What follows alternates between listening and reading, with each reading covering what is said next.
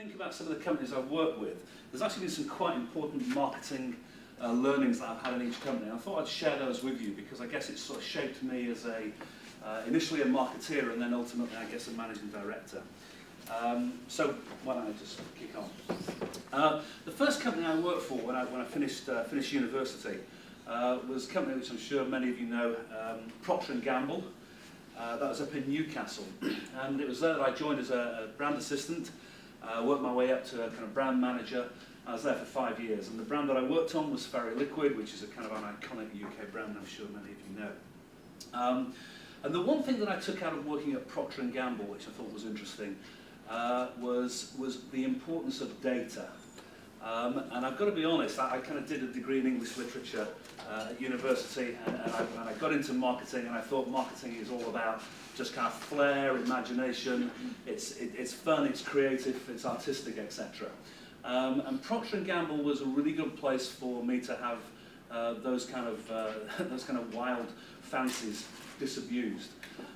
Because the focus that Procter & Gamble puts on getting data to understand your consumers and your customers, so that would be the retailers, how they shop and what their habits are, is actually second to none.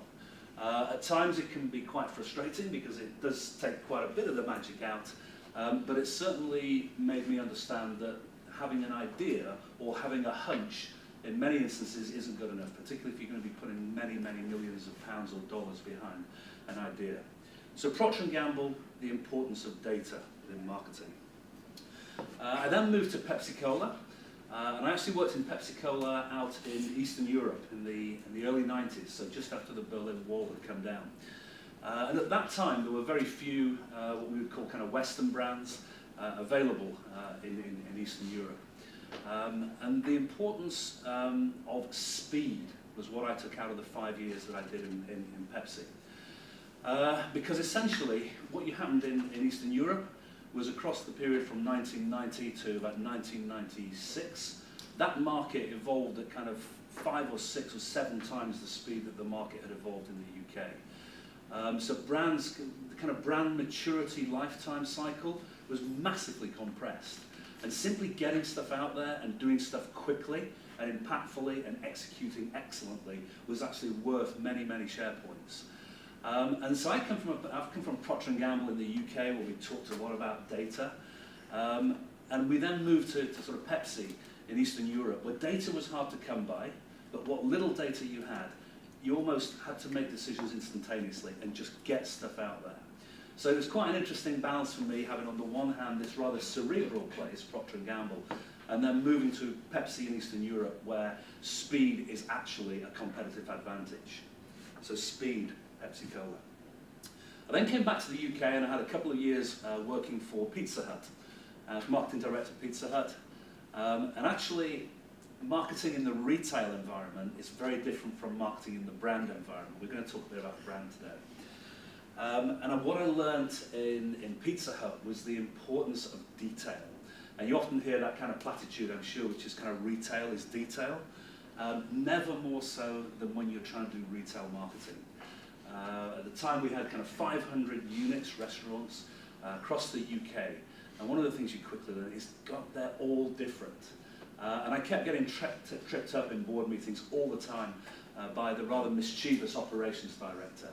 So I'd come up with a poster, say for a new meal deal, and I'd say, this is the poster we're going to send out to all the restaurants. I think it looks great, Mark, what do you think? He said, it looks great. He said, how's it going to work in Cheltenham 1? 2 restaurants in Cheltenham, Cheltenham 1. It's going to work just fine, isn't it, Mark? I said, no, it's not, Gary.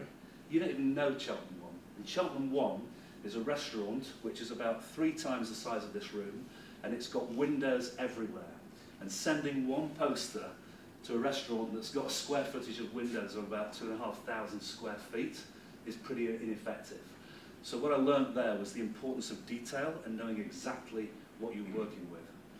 I still can remember, actually, that the only Pizza Hut with an outside children's play area is Bristol 4. Okay? Isn't that bizarre?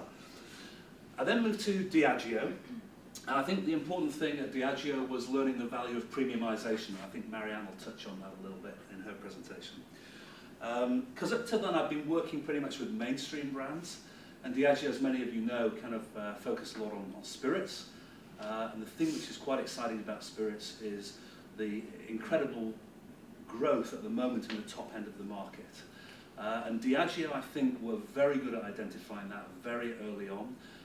It's something, it's a kind of, it's a theme that we're seeing now across many, many categories, particularly, say, for example, in retail, where you've got growth of Waitrose, M&S, Ocado, but at the same time you're getting tremendous growth from Aldi's and Lidl's, and you're getting the compressed mainstream, and you're getting premiumization, but also value seeking.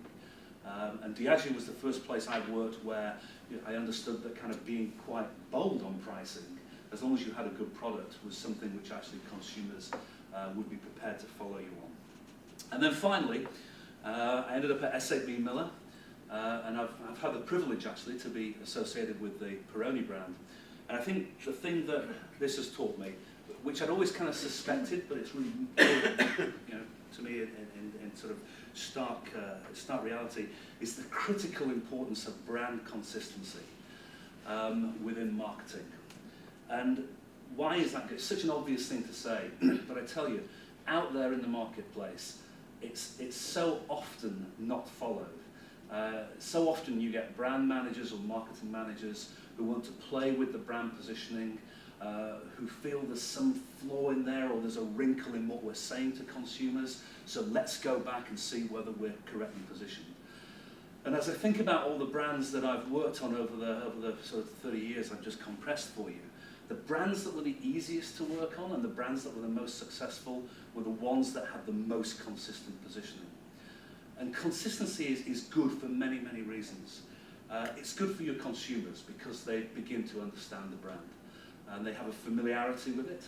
And to be honest, consumers' impressions of brands evolve over a relatively slow time compared to how frequently we think about them. I mean, Marianne and I never stop thinking about Peroni, but for a consumer it might occupy a fleeting half second of a day. So we often get bored with brand positionings much quicker than consumers. It helps our customers, so customers for me would be people like Tesco, or it would be people like Mitchells & Butler, or Young's Pubs, because they begin to understand what it is we're trying to do with the brand. I think it helps us actually, as brand owners, because we can talk a common language, and when I'm talking about what I think Peroni should be doing, I'm pretty confident that Marianne starts in the same place. I do hope so.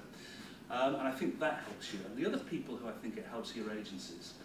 So working with your ad agencies, your marketing agencies, I consistently, sorry, I shouldn't use that word, I always see the best work coming out of brands that have been marketed consistently. Because it means whoever's working on the brand, whether it's a sales promotion agency, advertising agency, DM agency, digital agency, they can sort of get straight on with the work as opposed to trying to understand what exactly this brand's about. And so you're able to put a lot more energy into execution. And at the end of the day, marketing is about execution. It's about what you put in front of the consumer. And spending more time focusing on the excellence of the execution versus talking about the brand positioning, I think makes you more effective in the marketplace. And the other thing you do, of course, self-evident, but you amplify through repetition. And those brands which I've worked on which have really been the toughest and the least effective have been the ones we've been chopping and changing on, because you're actually getting no amplification. And the ones which have really flown are the ones where you've been consistent, because you get much, much more value out of what you do by repeating the things that you've put out there before than you do obviously when you're changing things. So that's kind of my career. So Procter & Gamble, data. Pepsi, speed. Pizza Hut, detail. Diageo, premiumization. And SAB, and what Marianne's going to talk about, brand consistency. So if I have one plea to all of you, when you get out there, please just don't change the brand for the sake of it. Thank you. Marianne.